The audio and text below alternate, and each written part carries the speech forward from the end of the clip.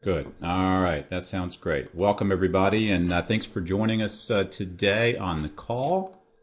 Let me make sure I'm going to hit the record button up here. Make sure we've got our recording going. We're going to share with you a file in a few minutes that you're going to be able to download and customize and use for yourself however you'd like. Got 2 case studies loaded up for you. We were going to have a live guest today. We didn't work that out, but starting next week, I'm going to have a featured guest each week that'll spend 10 to 15 minutes at the beginning of the call sharing with us a recent case that they've done to win a client, and also sharing some best practices, such as a way that they're currently marketing. I talked to a loan officer who is going out right now and working with financial advisors, and he's going to share a case with us that that he used recently as one of our things. We've got another gentleman who shared with me that he is having a great deal of success calling on clients right now and offering to share with them their current target debt-free date, the date where they're going to be debt-free, kind of their retirement or mortgage retirement date, and say, how does that coincide with your other goals? And if I could show you how to retire your mortgage more quickly with the same monthly payment, would you be interested in doing that? And the strategy that I'm going to share with you today is actually based on another conversation I had with a loan officer who was again focusing on that, and shared with me a case study that we'll talk about today. And that was a low rate refi client, and how he's finding that a lot of his clients had not responded to opportunities to refinance because they're already in that 4% range, and they simply don't believe it's worth it. So we're going to share with you a case study today on a client that had a below 5% rate, and how this particular loan officer was able to show them over $80,000 in savings with no out-of-pocket closing costs on this transaction. So as usual, let's just kind of go ahead and we'll hop in here, and I'm going to hopefully you're all seeing the desktop and the audio's good, and we'll just kind of go through our typical little startup. And mindset meets skill set. Our goal here is to help you guys learn how to work with your clients and to help them, well, I've never been able to fix this, how to help them borrow smart and repay smart. And we haven't spent a lot of time so far getting into the repay smart aspect of the software. And we're going to do that more as this series goes on. I want to really get us anchored into getting comfortable with the basics of the borrow smart side and the borrowing capabilities. And then we're going to spend more time really getting into the repay smart aspects of how folks are actually out there earning additional fee income and revenue by helping clients that they've already done a loan for on the borrow smart side to create repayment strategies, helping to coach them and manage in that way. So we've got a lot of fun things in the weeks and hopefully months ahead.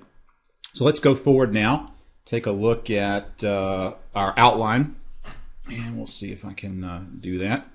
As always, we're looking at what happens. This gap here is, I like to think, between all the investment you've made in getting a lead in the door. What happens at that first point of contact? And we're going to be focusing, we talked last week about focusing on marketing, sales, and retention.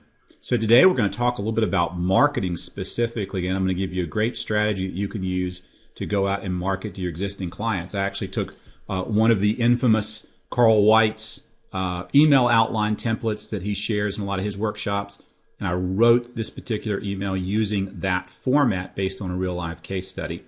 So we're going to go through and share that with you today. But this point of what happens at this point of contact, when all of this effort around licensing and marketing and the tools and training and the CE you get, when that prospect comes in the door, how do you convert that client in a meaningful way prior to the 1003 in the process? And this is really the sales process that we're talking about. And to do that, we're going to continue to always refine it and go back to these 3 key questions to increase your conversion rate. Do I have the cash now? Do I have the cash flow? And what's the impact over time? And the case study we're going to cover today is going to be an interesting one. It was a young lady who was renting an apartment or a small home, I believe, with 2 other renters, and she had an opportunity to buy a new home and bring both of the current renters with her as renters. And I'm going to show you how we prepared that particular plan, because the person that was doing that had not really worked with rental income and how does the rental income get factored into BarSmart? How can I use that to help someone make a decision to move forward? All right, so let's talk about the tool. Fast, easy, accurate.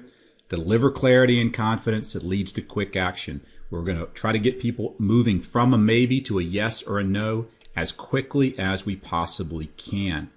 Now this week, I've got no real updates for you this week. We've got several that are going to go live tonight.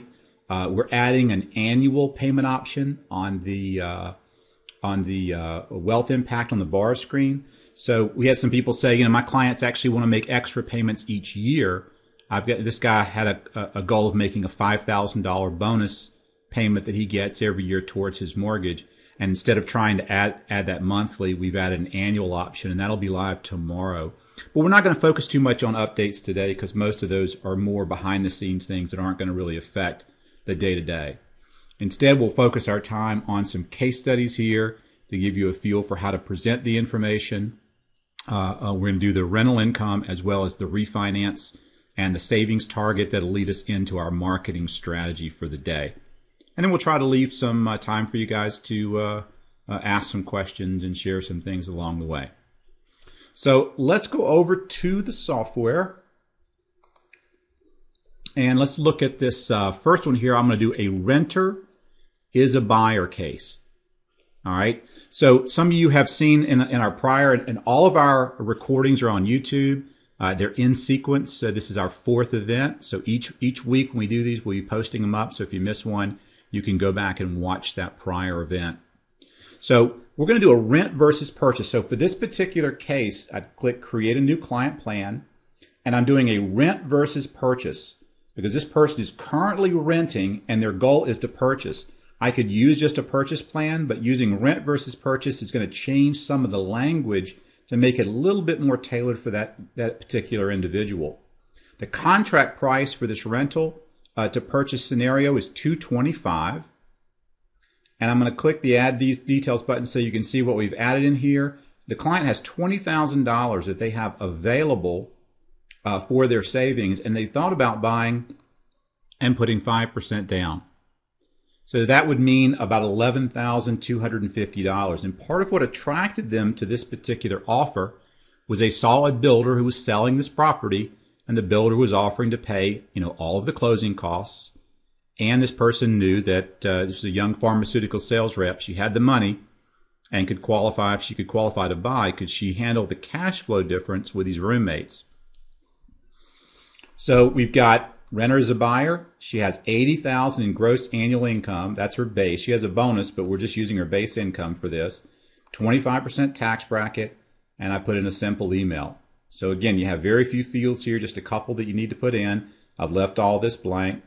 Obviously changed the name to protect the innocent. And her only current liability is her current rent.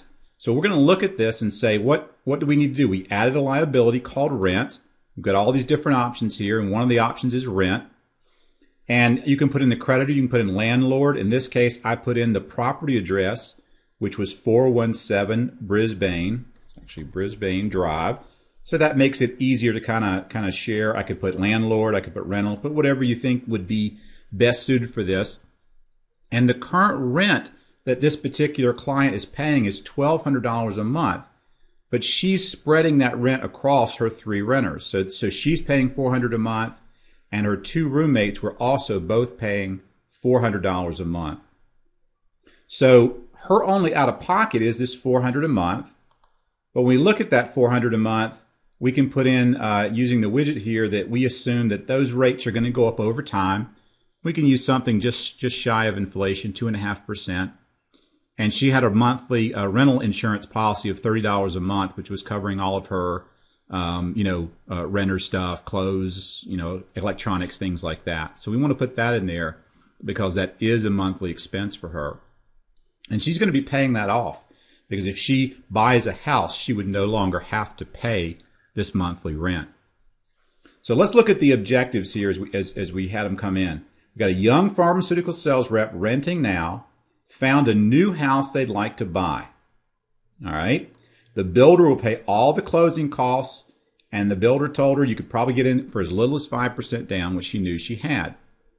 She's paying $400 a month now. She has 2 roommates that will move in and pay $400 per month that they're paying today on the current lease. That's $800 a month that she'd have coming in as rental income from her roommates if she buys a new house. One of the renters said she'd sign a 12-month lease, and the other said they would sign a 36-month lease. So she knows she's got at least 12 months with one and 36 months with another going in.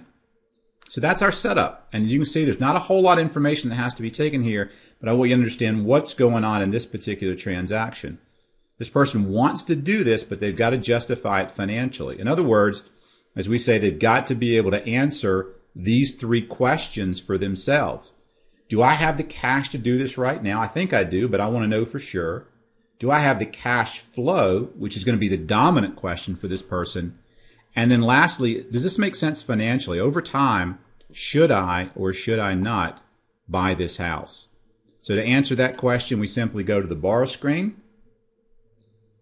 And you'll notice, I keep it simple, especially for a younger, simple, or less sophisticated borrower. I don't want to give multiple options unless I need to. Right now, here's the situation. You're renting a property. You've got no current liabilities. Your real only obligation is $430 a month. That's your rent plus your renter's insurance. And you would be paying that off. What would be your new obligation? Well, I'd be buying this down at 5%. That's our buy with 5% down. So I'm buying the house for $225. It's a 30-year fixed. So my LTV is going to be 95. So all I do is just put in 95, and that calculates the loan amount for me. And I put in a 4.125% interest rate. So notice we call this the scratch board. If you're new to the call, this is where you set up your loans. This is what you've got today. This is blue. This is your current. And I can have multiple scenarios that I want to compare. For most people, it's easiest if you benchmark off of what they're doing today. Because inertia says a body at rest stays at rest unless acted upon by an outside force. You're the outside force. They're taking some action, but you could say, this is what you're doing now. Let's compare what you're doing now to an alternative. So I can see, again, all this is new loans, new interest, new payment. And right off the bat, $1,378 is the payment. We can see what that's made up of. I just open up the little widget here for closing costs and additional expenses. And we just have a kind of a bullet number here of $3,500. That's the estimate of about what she'd have in closing costs.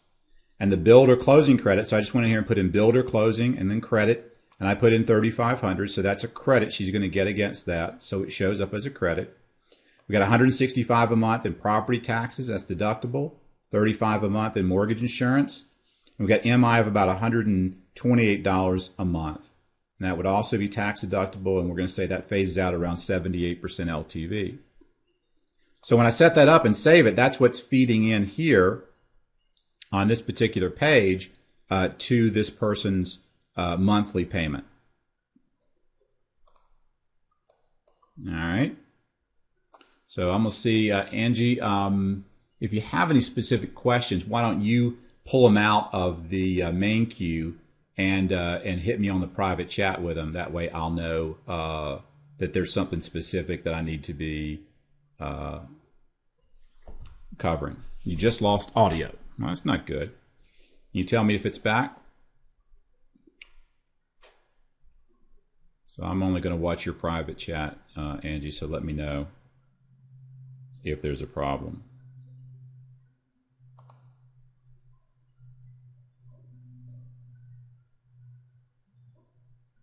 Testing, 1, 2, 3. Can you hear me? Can you hear me now? Okay, and again, Angie, I'm not looking at the public, I'm looking at the private chat. So you need to chat with me there. Okay, so probably we've had some weather related stuff here, and we have had some situations with the internet popping in and out. So it says I'm back as a munchkin. Okay, that's great. All right, and again, we'll have the recording up. I'm recording that on my side, so if we do have any little technology drops here, you'll be able to pick up a nice clean recording after we're done. So here's my current liabilities. Here is my 5% down. So I go down to my closing costs. And this is important. The current here, if she doesn't do anything, meaning she just continues to rent, she has no closing costs, and she has $20,000 available. That's her cash available. So if she doesn't do anything, what's her cash at closing? It's positive $20,000, because that $20,000 is going to stay in her checking or savings account. If she buys with 5% down, our first question, does this make sense now? Financially, you're going to need 5% down. That's $11,250 plus $3,500 in closing costs. Remember, everything is color-coded, red or green. Red means cash or cash flow is flowing away from the client. Green means it's flowing towards the client. The builder closing credit, so remember it actually takes my text and puts it right in here, which is nice, is $3,500. So that's a wash. So she really only needs the $11,250. Cash available is $20,000. So there's $87.50 in this scenario left over. And there might be prepaids. If you want to add those, you can add those in there, and they're just going to eat into that net cash at closing. So first question is, do you have the cash to do this? You have $20,000 available. Yes. Here there's $20,000 left over cash at closing. Here there's $8,750 left over cash at closing. So we can answer the first question. You have the cash to do this if you'd like to do it. Now let's go down to the monthly payment, and I'll start off with the pre-tax. And what we're going to look at here, and I apologize, it does look like I'm having some internet connection issues again, so sorry for the speed. So if I continue to rent, notice she's got this $400 pre-tax payment here. And if I come over here and buy the house and I look at this, I've got $213,750 in borrowing. So I'm going to be making a $735 interest payment, a $300 principal payment, a $165 taxes, a $35, a $128, $15. I got a homeowner's insurance payment. I'm now paying $1,379 a month. So that is a huge difference in terms of what this person would be making on a monthly basis. So for her to get comfortable doing this, we got to be able to present this in a way that makes sense for her. So when you've got someone who is renting versus owning, one of the first things you want to look at the tax impact, because the rent paid is not a taxable or tax savings event, whereas over here she's going to be throwing off about $257 a month in tax savings. So her $1,379 a month is going to be $1,122 a month. So the first thing we can see here is the real payment difference is about $722. So from a storytelling standpoint, I can already say your incremental cost here is less than the $800 that you're going to be collecting from your two roommates. And one other tip or strategy that you may be familiar with, but this is we used to do these at employee events where we would go in and talk to companies about buying a home or talk to employees about buying a home. You can give somebody a raise that equals $257 a month, because that $257 a month, we all know that's a tax savings that comes at the end of the year. The client's going to really have to pay $1,379 per month, meaning it's going to feel like $1,379 a month, but at the end of the year, this client's going to get about a $3,000 tax savings on their return if they file and itemize those deductions. And that's going to reduce that feeling of that payment over time. But you can actually get this savings in a real-time basis on a monthly basis. All you have to do is go to your employer and tell them you would like to increase their withholding deductions. And you have to have a reason to do that. And you do. I'm buying a house, and I'm going to have some additional tax savings. So you go in and say your current withholding deductions today are 3. Maybe you're a spouse and you have a child and you've got 3. You could bump that to 5. And the person that's doing your payroll, your employee benefits person, can actually say that would increase your take-home pay by $250 a month. So you actually now get an extra $250 a month in your paycheck. And that's pretty exciting, because you can actually show someone how I'm going to give you the tax savings on a real-time basis All you have to do is go talk to your HR person, tell them that you want to increase your withholding amount enough to save an extra $250 a month. Now you're getting that real time on your paycheck, and at the end of the year, that tax savings is going to offset that additional money you took home on a monthly basis. So we used to position it in different ways, but it's kind of like I can show you how to get a raise to be able to pay for the house, and we'll do it through the tax savings. So just keep that in mind as a strategy if you've never used that before in working with a renter. And they're going to go validate this, right, by talking to their HR person, who would say, yeah, if we increased your withholding 2 points, you're going to get an extra $250 a month in your paycheck. But that's extra money that you're getting paid, or extra taxes that aren't coming out. That's going to get offset at the end of the year. So can we handle this on a monthly basis? We can already tell she can, because the $722 is less than what she's collecting from her roommates. But now we're going to look at that down below and compare the future wealth impact. So when we look at the future wealth impact, one of the features of this, and I'm going to do this as a minimum, you could illustrate this two different ways. I could do it as a fixed payment where she's spending $1,378.94 or $1,378.94, okay? But I like, in this kind of a situation, I don't think it's likely that if she doesn't buy this house, she's going to go start spending $1,378.94 a month and save that money. It's just unlikely. So I'm going to use the minimum payment instead, which is going to show her spending $400 a month if she keeps renting. Or over here, she's going to spend $1,379 a month. But notice what's different here. You'll see below it says 400 rent income, 400 rent income. So all I had to do is go into my little box here. And this is a fairly complicated case study. I'm going to try to stay away from super simple ones, because I'm assuming that the folks on this call want to learn how to do more advanced planning. The simple ones hopefully are simple. So we add two new payments. So I click this twice, and I put 400 rent income starting month 1 until month 13. So in other words, she knows she's got one friend who's going to rent for at least a year. And then 400 a month rental income starting at month 1 for 36 months. She's got another friend who says she would rent for 3 years. And I'm going to click Save. So we've got the amount, it's rental income, and now that's going to flow below in our wealth impact. So I've got two rental incomes coming in here.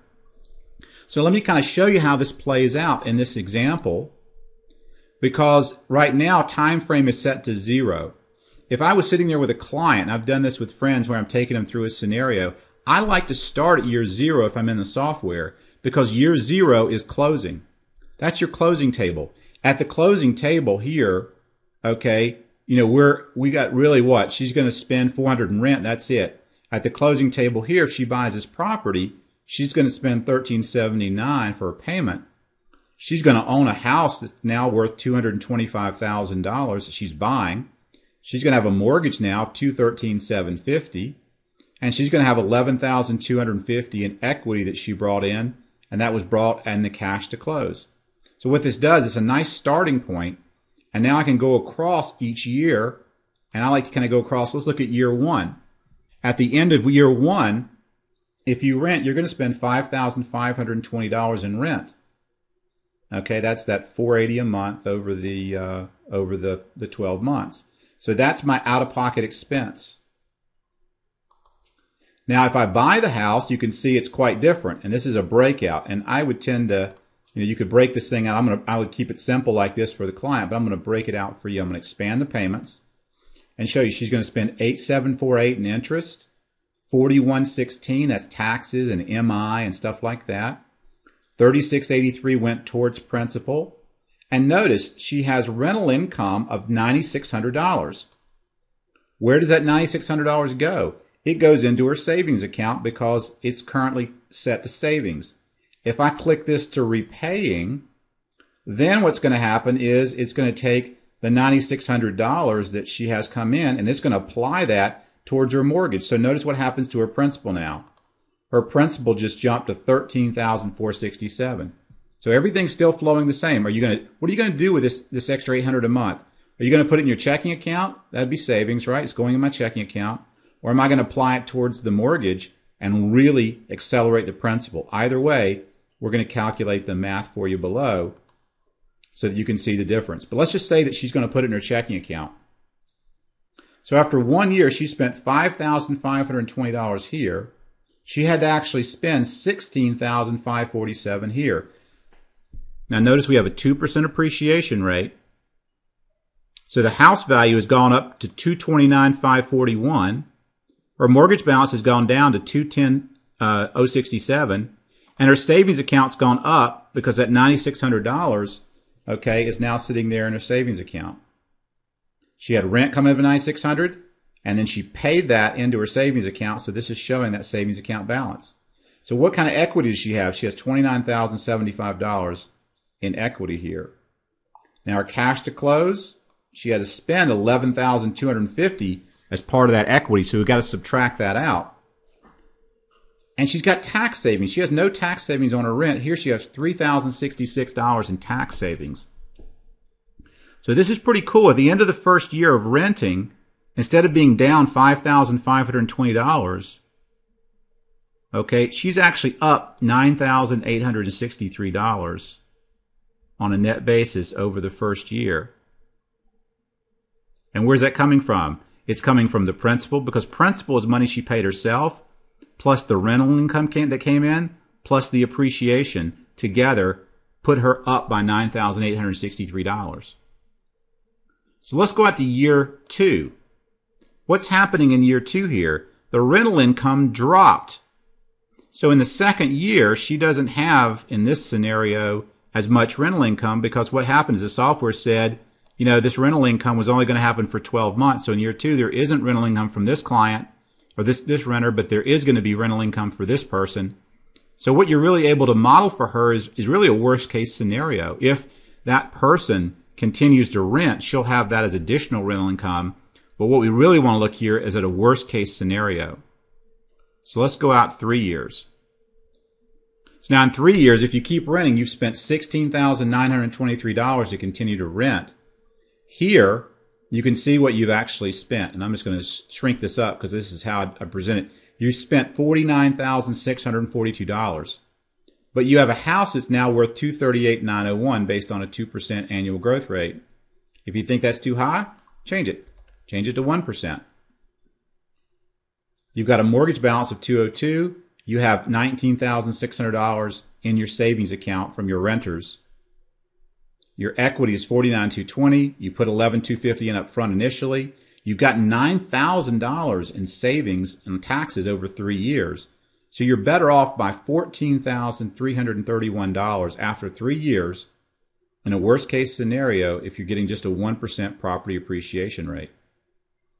Now, if I go out to 5 years, what's happening? In the 5 years, she no longer has any rental income, right? Because at the end of 3 years, all of her renters are moved out. She owns this house by herself now.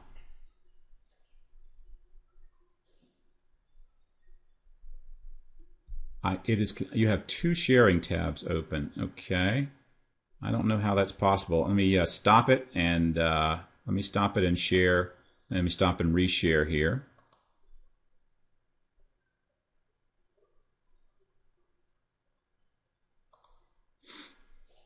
Okay. I'm going to share the desktop back. I don't know why. I only have 1 tab open, but you're saying I have 2. I believe you. I just only have 1 open on my side. So hopefully this helps a little bit. So at the end of 5 years, notice that her wealth impact went down to $12,000 from $14,000. Why is that? Because by year 4, she's bearing 100% of the expense in years 4, 5, and beyond. So again, very sophisticated modeling. Whether you want to get this sophisticated or not, you can do that. But in being able to tell this story, this person had a short-term time horizon, 5 years. She's a young single person. In her mind, she's going to get married, you know, or whatever, may stay in the house, may have additional income from a spouse or whatever. So she was really thinking 3 to 5 years. But notice here, we're able to model a worst-case scenario for her. If it's better than this, great. But if you have a renter for 1 year and then you have a renter for 3 years, this is your worst case. You're still $12,000 better off in this scenario, buying versus owning. If you get a 2% return, so I can with one click change that, you're better off by $24,294 over that same time period. Now, what you could do, let's just say that in noticing this, you say, you know, if your real time frame is short, why don't we consider a 5-year as well to see if that might make some sense for you, or even a 7-year. So let me just show you, if I was going to do that, how quickly that would be. I've got buy with 5% down on a 30-year. I just click duplicate buy with 5% down. And every single thing that we've done up here is going to then come over and populate into the other. Again, I apologize. I'm having tremendously slow internet today, which is why the audio and this other stuff is dropping. I think Time Warner's got to come out and do some repairs. So I've got this in here. I'm going to put buy with 5% down, but all I'm going to change on this, now everything came in. My loan amount, my interest rate, all my closing costs, I only have to change 2 fields. I'm going to change this to 7-year fixed arm, and I'm going to change this to 3.125, and that's it. So look at that. So I changed 2 fields, and now look, I've got a side-by-side showing the closing costs are the same because they're not going to change. Is the payment going to be different? Absolutely. I just reduced my net after-tax difference from 722 to 647. And if I go down here below, over 5 years, now let's just take this out to 7 years and say if we looked at this over 7 years, is this person better off over 7 years with a 30-year versus a 7-year arm? And we all know that she's going to be better off over that time period with a 7-year arm. Although it doesn't say that. Did I do something wrong? Oh, I didn't put in my caps and adjustments. Sorry. So I need to set this up. I don't have this set up on this program. So it's going to default to the worst case, and it's going to automatically go up if I don't put in. So make sure when you do your arm, set up in your defaults your arm details so that it will use your arm details and not default to a worst case scenario over that target time period. You see how quickly it was to add a 7-year arm in the system. So I'm going to stop there for a second. So this is just an example of how to do a pretty sophisticated analysis, but I'm kind of going through the details for you. You could go through very quickly here and work this up and show this client here how they're better off owning versus renting over the next 7 years in any of these scenarios. And again, if the client said, well, I don't think my roommates are going to move out. I think they're going to stay with me. I can come in here with one click, change that to 36 months, and we can go through and see what would that do. Wow, that adds another $10,000. If I can keep both my renters for at least 3 years, I'm better off by $40,000 over a 7-year period. Okay? So Angie, let me know if there are any questions on that before I go over to the next case study. And I'm going to go through and show you the case study in connection with a marketing idea, and I'm going to give you a link that you can download to pick something up. So let me know if you have any specific questions on the public chat. Can you show Miguel what the plan looks like when you render it? Absolutely. So good question. So if I was going to, so let's just say this is the plan I want to show her. I want to show her the 5-year with 5% down, and I'm going to go back and just change this one thing. I'm going to change it to what she had given us, one renter for 12 months and one for 36. So it's recalculated here. Now I go to the Present tab, and I'm going to show you today the Web tab and how to present and publish to the web. But you have 4 options, Miguel. You can say, I want to do a cover and an introduction, and maybe I just want to show her the 5-page kind of plan. So you can pick what you want the report to look like. You've got AM tables and all kinds of stuff. I can present that as a printed PDF, as a web page, which I'll show you what that looks like in a second. I can publish it to the web in a secure site so she can log in and access it, or I can do this as a live demo. And one of my topics for next week is going to be how to do desktop sharing, because we are using this tool to do this event. I'm doing an event. We've had over 80 people in here at one point. So I'm using our tool right now to do this demo. You could be using the same tool with your clients in your conversations. We're going to do more on how to use the tool and be effective using the tool for presentations. But I'll click as a print PDF, and it's going to go through right now. It's going to build that report. It's going to bring in my branding and my colors and all the information. And depending on which browser you use, it'll either open it immediately like a Chrome does. And this is what it looks like. So it's pulling my picture, my company logo, my colors, my information. And now I've got my introduction page. This pulls, your managed liabilities. It pulls your disclosure, which you can edit. It automatically builds a table of contents based on what you selected. And it brings in all of the notes. So I've got all my notes in here. It's going to bring those in. And now I can go through and say, here's where you are today. You're currently renting. Those are your only payments. Here's what I'm recommending. You're going to spend, you're going to have $20,000 versus $8,750. You're going to transfer $11,250 of your wealth into buying a home. Here's what your payment's going to look like. You're going to be required to make this payment each month. This is what it's going to look like after tax. So this is your payment difference. And then, of course, the big page here is the wealth impact over 7 years. So all that information that you shared with that client in the software, if you did that, you can print into a print page. Now, you can also print that and publish that to web.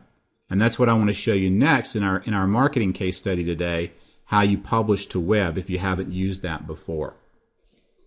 But let's get down and talk about the marketing idea today. So, Angie, if you post that link in the main public section so everybody can download the file that I'm about to go over. I'll give you 1 second to do that. Great. So if you click on that, you can download a Word document that has the sample of what we're about to go through. And I'm gonna bring that up for you and show you what that looks like. And we'll kind of go through it together. So I took one of Carl White's templates for creating an effective email. And part 1 is your subject line has to be captivating. So here's a subject line. Again, you can edit this and use it however you want. 8-year term reduction with see, I've already found my first typo. 8-year term reduction with no change in payment shocked my client. So that would be an example of a subject line that someone would see that and say, that's pretty interesting. So here's your format. Hey, Mike. And this would be your target. The first part of the subject email is always introduce you so they know who this is from. John here from Bank of Carolina. I had a recent experience with a client and I thought of you. So the opening line says what? This is who's contacting you and why you're contacting them, why you thought of them. And I'm really saying what? I had an experience and I thought of you. The second part of an email, a good email, is and has to do with what is it you're doing. We've been helping clients secure no-cost refinances that are taking 3 to 12 years off their mortgage term with no out-of-pocket cost. Only a few hours of their time. Imagine saving $25,000 in interest for just 2 hours of work completing paperwork. That's a great hourly rate. So we're hooking them here with something that sounds pretty interesting. $25,000 for 2 hours of work sounds pretty good. So you've got another tagline here. The magic of compound interest can work for you with low interest rates.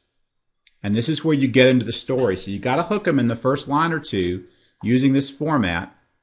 A recent client was hesitant that refinancing would make sense for them at their current rate of 4.875. So this is a qualifier. You're saying if you have a really low rate, there's still some savings here. What if the client reading this has a 6% rate? They know it could only be better for them. But you're really focusing and targeting in this particular letter clients who have lower interest rates. So a client was hesitant that refinancing would make sense for them at their current rate of 4.875%.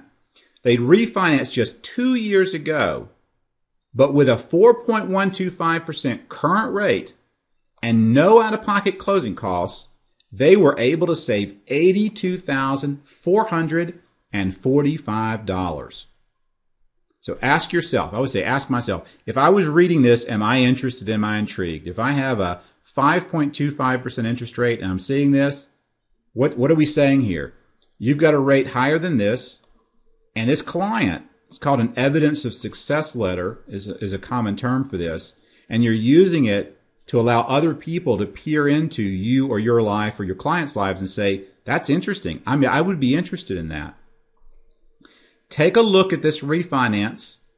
I changed their name, but focus on page 2 and page 3. There are no guarantees, but I can create the same plan for you and see what savings might be for you today. Click here. All right. So when they click this link, what is this actually doing for them? What's it taking them to? So let me show you. All this link is an actual web plan that I published that shows this particular plan. And we're going to build this plan together in a second. So this is what a web presentation looks like. It's the same presentation that you can get in a PDF, but we publish it to the web. And it's using the same technology that magazines use to publish. So it's a very attractive presentation. You'll notice I can do all kinds of cool stuff. I can share it. I can print it. I can click on it and zoom in if I want to and zoom out. But this is going through and showing them a sample of what you're telling them in the letter. Right? So I can go in and see exactly what was being shown here. $82,445 in savings. Right? So this is a web publication of the presentation. And I'll show you how to do that if you're not familiar how to do that. And it creates a link for you that you can give to your client. In this case, all we're doing is putting this link in the letter. So you only have to do this one time. You can take the letter I've given you, and all you need to do is change the person's name to John, Bill, Sarah, and send this email out to each client individually. If you've got the ability to do this as a mail merge, paste this into your program that you use for mail merges. And there's nothing you need to change because all this is going to be the same. You're showing every client the exact same plan as a sample. Now, in Carl's format, you have to have a strong call to action and then a PS that further resells that there may be something in it for them. So notice here, we've said there's a lot of savings. Take a look at the refi client. Take a look at the sample, and here's your action item. Call me today at this number. I only need 5 items from you over the phone to run my analysis. Your property value, current mortgage balance, loan start date, interest rate, and your current payment. So that's it. That's all I need. And when you go into the software, with those 5 things, I can do this analysis that I'll show you we did for this particular client. And here's your PS. Another client recently was able to cash out over $70,000 from their house to pay for college, and their payment actually went down. Share with me what you'd like to accomplish and profit from my experience. So that PS is one of the most read pieces of an email. Most people will read your introductory paragraph, and if they're not interested in this paragraph, they'll skip to the PS and they'll disengage. So that's why you want to give them a strong opening, and then you want to kind of have a PS here that's going to get them interested in going to the sort of the creamy center here of your message. So you can tailor this any way you want to or use it as appropriate for your particular marketing. And I'm going to show you now the actual case that we used for this that led me to say other people can profit from your experience. You just need to let them know in a format that would help them. And this is a format. Now let's go in and look at the actual case itself, because it's very, very simple. This is your low rate refi customer. Now, you know it's a refi, so I don't need to collect this from the client. The plan title is something I make up, so I don't need to collect that from the client. I already know their name. All I need to ask is their income if I don't have it. I don't need their tax bracket because I can fill that in using the little pop-up widget here. Just look at their income and their state. And I already have their email address because I emailed them. So think about it. On this page here, you have all of this information. The only thing you might not have is their income. And the only thing I need from them is 5 pieces of information. Property value, the current loan balance, the start date, the interest rate, and it's going to calculate the payment, but I always want to ask the client, what are you paying? Because sometimes clients will come in and say, I'm actually paying $1,600 a month, and I'm going to put in their current payment because that's what they're paying today. And that's it, guys. So that's it for this page. I'm done. So I put in here objectives. Client got an email from loan officer, emailed back asking if it was worth it for only 3/4 in savings. In this particular email that came into me, the loan officer was not using BSA. They said, could you show me how the software could help me make a sale if my client is only going to save 3/4 of a point? I'm like, sure. And all I had to get from the loan officer was this information right here, just income, etc., and the property information. So my statement back to him is, with just 3/4 of a rate in savings and no out-of-pocket expenses, we could save your client over $80,000. So look how simple this is. I go to the Borrow tab. Here's the current mortgage today. They took this out 2 years ago at 4.875%. I'm the same. I have a Wells Fargo mortgage today that I took out 2 years ago as well. I'm at 4.75. I thought I'd never refinance again. And I still find myself going, is it worth it? I did the math. It really is worth it for me. But a lot of clients don't know that. So you got 340 months to go. Is this really worth it? Well, all we did was we put in refinance, no closing costs, property value, 30-year fixed, $292 is a loan amount, 4.125. So in this case, the loan officer was pricing in to pay the closing costs and bumped the rate to 4.125. So on the payment here, you'll notice we've got $2,500 in closing costs, and then down here, lender seller credit. So the lender's putting in $2,500. So some people are like, I want to use a good faith. I want to go into all this detail. You can do that if you want to. But again, you're just having a conversation. You're trying to figure out if this makes sense for that client or not. I want to spend as little time as possible, getting them to the point where they say, I really want to do this. Then I can get into real specifics with good faith and exact numbers. I know about what it's going to take for somebody to refinance and pay their closing costs. So the first thing, does this make sense now? What did you tell them? I could do this with no out-of-pocket. You got about $2,500 in closing costs. I'm going to give you a $2,500 credit, so you can have no out-of-pocket expense. Second question answered here is this going to make sense on a monthly basis? You're going to have an extra $173 a month in positive cash flow. Okay, well, that makes sense. Does this really make sense over time? Well, what's your time frame? You're spending $1,587.62 a month now. I'm going to recommend you keep spending the same amount, $1,587.62. And we're going to take that extra $173, which is discretionary, and I've clicked repaying here, and that's going to be repaid towards your mortgage. So look at this. If I slide this to 28 years for this client, you'll notice in 28 years, what's their mortgage balance? $4,998. So don't do anything, Mr. Client, and in 28 years, you'll still have about $5,000 left on your mortgage. Okay, you're 340 months away from being debt-free. Refinance, take that extra $173 I just freed up, because I said I'm going to take a couple of years off your mortgage, and look what happens. The months to debt-free is 292. That means in 28 years, that mortgage balance is at zero. It's actually been zero for about 4 years. And that payment of $1,587.62, because that mortgage was paid off, has all been going right into their savings account. So would you rather be a client in 28 years with a $5,000 balance, or a client in 28 years with no mortgage balance and about $78,000 in your savings account? That's the difference. And you've overcome the obstacles. You've got no out-of-pocket expense, $173 in cash flow, and we're going to apply that towards your mortgage to have you debt-free sooner. How many of you guys have prospects right now that don't know that you can do this for them? If you take that letter and you send it out, and I would recommend, and I will challenge you to take that letter and send it to 10 prospects, 10 people you've done business with in the last couple of years.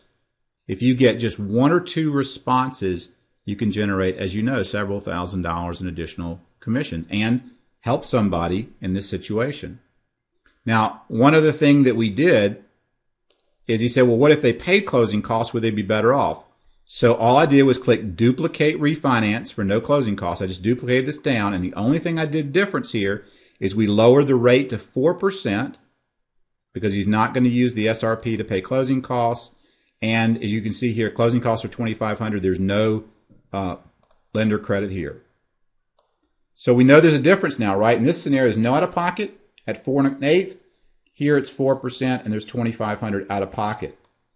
Does that change the payment? Absolutely. $173 to $194 is the payment difference. Does that change the wealth impact? Sure it does. 82,445 to 91,853.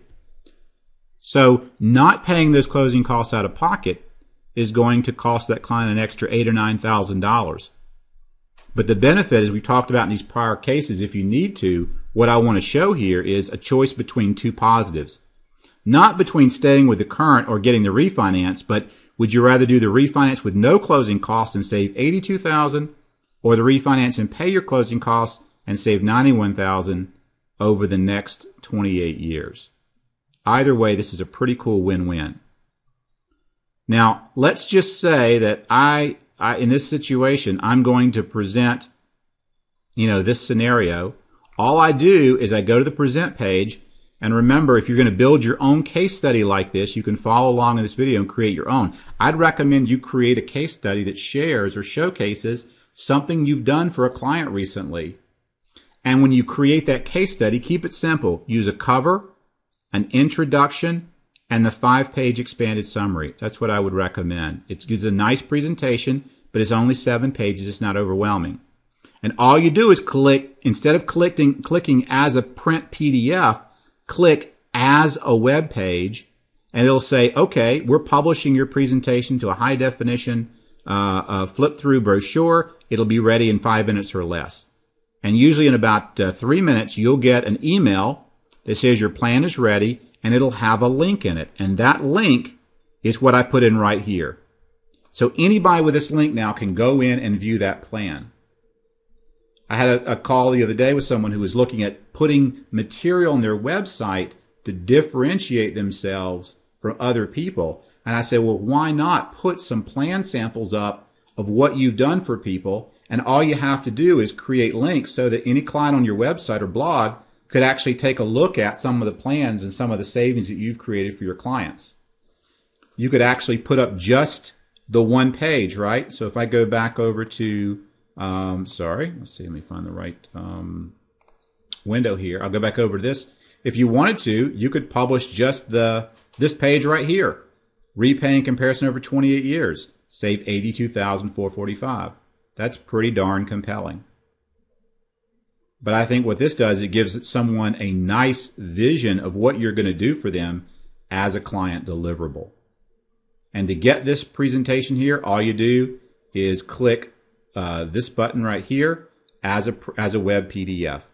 You get the same presentation for a client if you click as a website. The difference is it puts the presentation behind a password protected HTTP encrypted site that only someone with this email and this password can get. So if you're at a bank or credit union, and this is why we created this feature, or you want to only give client plans to people that have a password and a login, you can do the same thing. It takes the same presentation, publishes it to the web, but it only gives people with this password and stuff access. Anyone can see an open web presentation. And that's okay because you're promoting yourself. You're creating a presentation that promotes what you do. And so I want anybody with that link to be able to see that. If you think that link is a little bit long, the one that I put in the thing, if you think that's too long, go to tinyurl.com and paste this in, and it will give you a tiny URL that you can put in here instead. So most of you guys may be familiar with that, but you just take a link that's a longer link, you put it in, and it gives you a much shorter link that you can use in place of this longer link if you want to do that. But I didn't want to confuse you here. I just wanted to show you what we had. So hopefully when you see this, you think, I'm going to try this. I'm going to go out, send this out to 4, 5, 6, 7, 8, 9, 10 clients that I've worked with in the past and just see what happens. It won't take you a lot of time. You can knock out 10 emails in about 5 minutes because all you got to do is change the name here for each one. So copy and paste this right into your Outlook or your email software. The one thing you want to do is you've got to go in and create your case study first. That's what's going to take you a little bit of time, but it's okay. You may have a client right now that you have in the system that you think is a good example. And all you have to do is go into the software, find that client and say, this client right here is a good example, and just click duplicate client, and that'll copy everything for that client into a new file called copy. And then I can go in and start editing and say, a sample plan and tweak it and get that plan looking the way you want it. Get it dialed in the way you want it. Go to the Present tab, present it as a web PDF. Your link will come in. Now you can put that link in your document and start emailing and marketing to your clients. All right, so we're getting near the end here. Let me check on some questions, see if we have any other questions. Let's see, Gary Martin. On rent, is it possible to have rent increasing each year based on some percentage? The rent you pay is increasing each year based on this number. So let me go back to the rent. Renter is a buyer. So if you're renting today and you're paying rent, we have this going in and growing at this particular rate. So that's built in. If you're saying, could we have the person paying rent increase that on a yearly basis as well? We don't have that available today because we haven't thought about it. But if that's something that's important to you, we could look at either adding that here, or we could say on any rent income that will default to the same multiplier. In other words, if I put 400 rent income here, we would apply the same 2.5% to rent income coming in as we have it applied to rent income going out. Right now, we don't have anything applied to this, but it's an interesting idea. So email me back or chat with me, Gary, if you think that's a good idea and you'd like to have the inbound rental income at the same growth rate that the outbound is going. I know that sometimes when you have renters and stuff like that, you know, they're friends, you have a harder time. I had friends renting with me and I had a hard time. I don't think I ever raised their rent because I just felt bad about it. But if you have a landlord or a professional renter, you can bet they're going to raise your rent over time. But we'll address that. What happens if they don't use the extra payment for repayment but for savings? All right, so Angie, is that on the refinance example that we did or the rental example? Just want to make sure I'm doing the right example.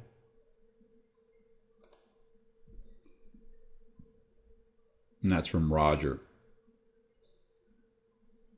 Let's see. So you may not know, Angie, which one he was talking about. I think the last example. Okay, so the last example was the lower rate refinance. So let's just go in and look at that real quick.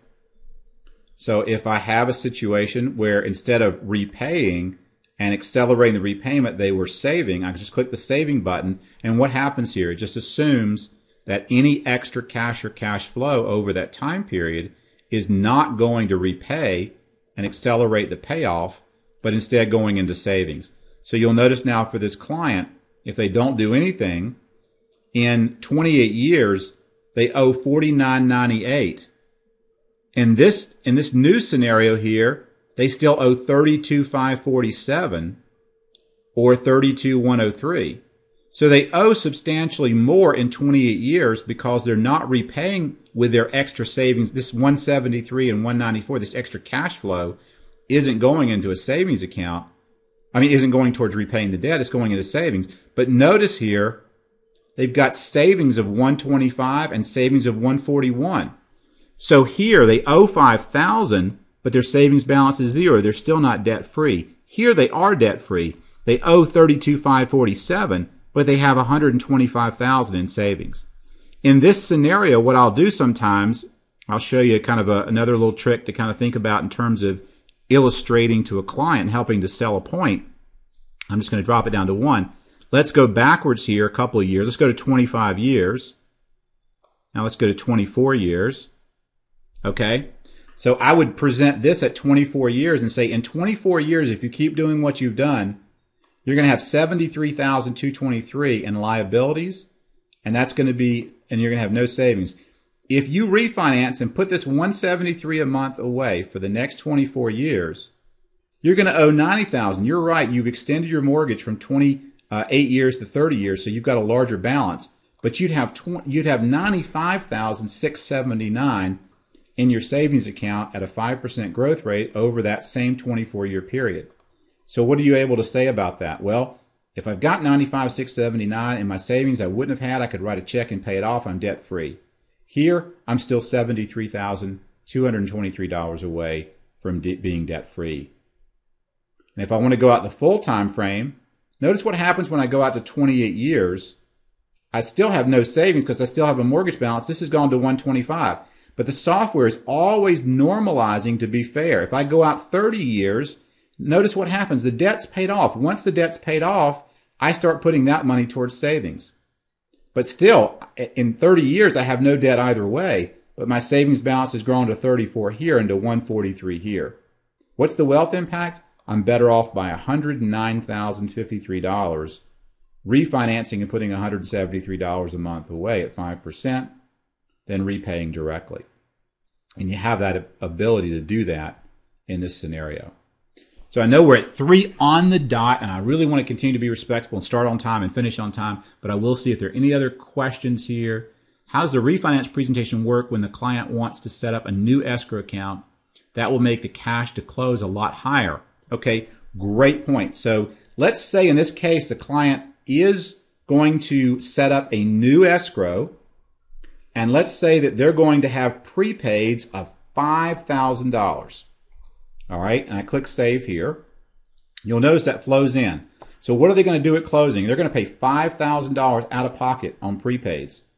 But they're prepaid, so the other lender is going to send them that money back, usually in 30 days, right?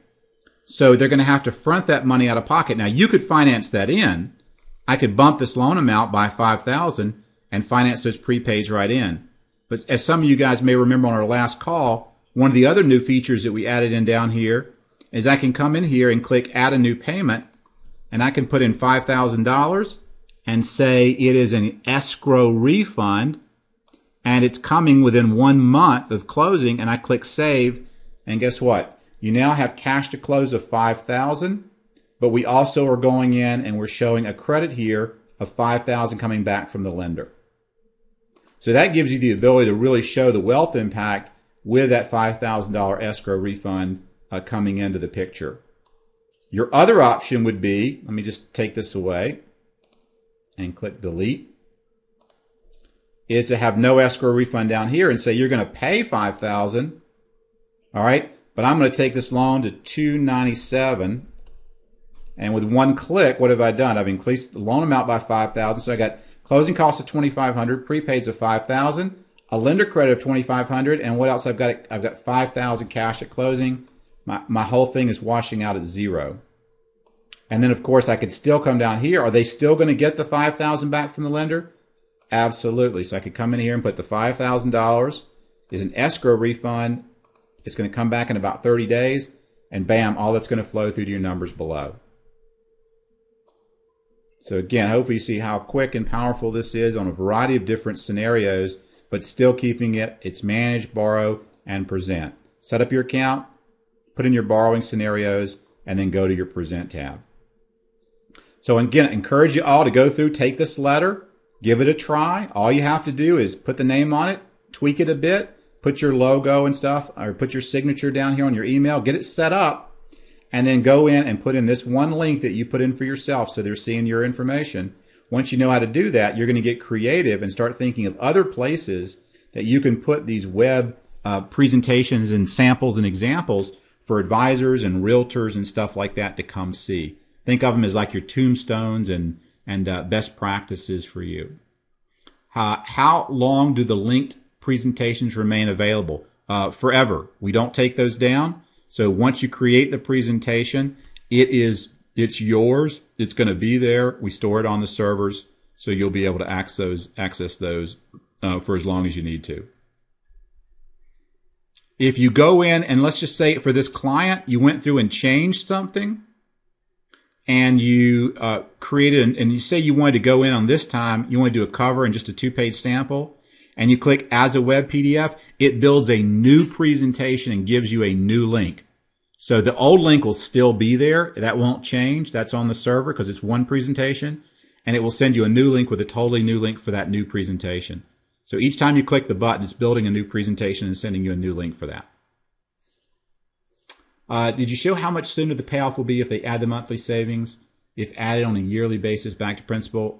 Yes, Andres, that's what I was doing here with repaying. If I click repaying, then it's going to automatically take the extra cash flow savings here because they're paying the same amount each month, 1587.62 or 1587.62. But they only have to pay $14.39 now because their payment's gone down. So that extra $149, that extra money now is going towards repaying that mortgage. And that's it's dropping them from $340 down to $292. And that's a big part of where this savings is coming from, the $91,000 in this example.